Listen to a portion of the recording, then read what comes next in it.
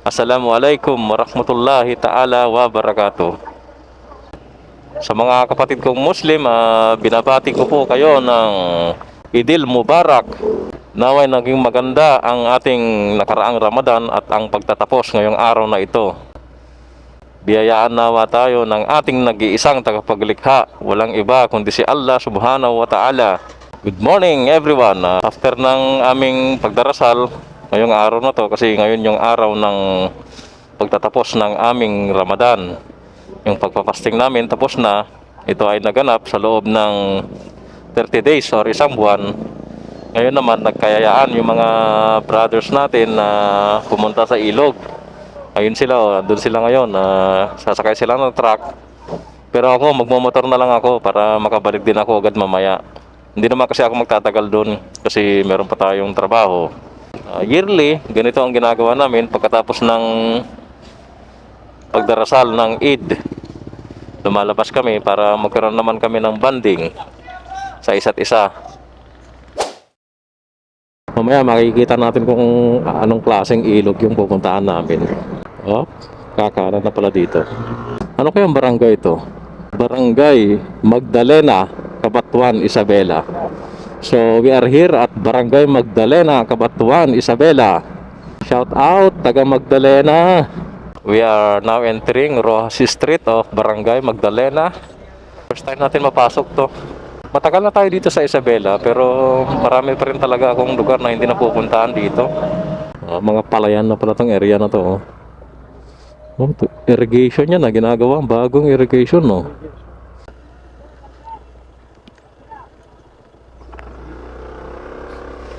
Lumagpas si Davod.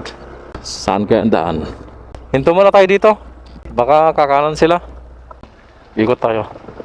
Sunod-sunod lang tayo. No, untik na. Malalim to, oh. Wow. Okay. Uy, mukhang naamoy ko na yung ilog eh. Ganito kasi mga palatandaan na papasok ko sa ilog. Maraming mga tanim ng kawayan. Saka may mga tanim-tanim ng mais. Oh, yan ang ilog, oh. Ito na ang ilog. Pababa. Uy, mukhang masarap nga maligo dito, oh. Ang dami naliligo, oh. Ayun si Gardo, oh. Gardo Bersosa. Ito pala, oh. Uy, masaya to, ah. May tulay dyan. May tulay pala dyan, oh. Ano kayang tulay yan? Saan kayo pumunta yan? Makababa. Kailangan may baka, wala na. Pero pag malakas siguro ang ilog, talaga binabaha yan. Dito na ba tayo? Ha? Ito? Ay, na parte mo yat? May dito na eh. Bro, baba ka na. Hindi ko alam. Para mas maganda bumaba dun, oh. Saan? Saan? Tara. Doon daw tayo. Upya. Tayo na nga lang mag-recon. Maghanap tayo ng magandang pwesto. Ganda nga dito, oh. Gusto daw nila dun. Sunod lang tayo. Ang dami pala namin, no? Puno-puno pala yung truck na yun. Dito tayo mag-park. Okay.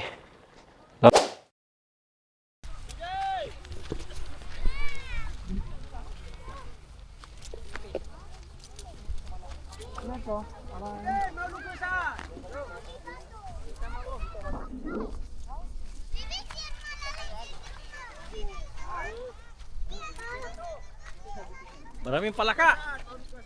Ano yung palaka?